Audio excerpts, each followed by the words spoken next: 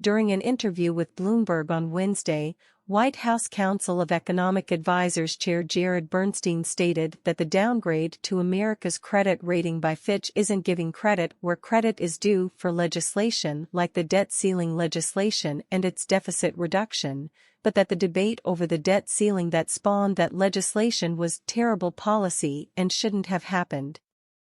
Co-host Romaine Bostick asked, "Relevant exchange begins around 2 hours 5 minutes and 15 seconds. I think you can certainly make a compelling argument about the timing and how the timing itself may certainly be a little questionable, if not flawed.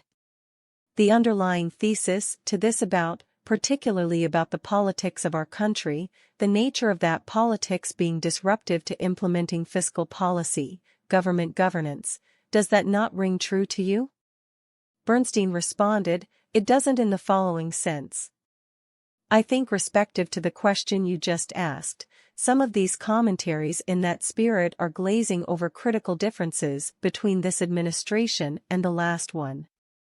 This sort of pox, on both your houses, ignores the fact that, under President Biden, not only have we had bipartisan legislation and the Bipartisan Infrastructure Act, the PACT Act, the CHIPS and Science Act, but the Fiscal Responsibility Act, an overwhelmingly bipartisan solution to the recent debt ceiling debate that carried with it $1 trillion in deficit reduction.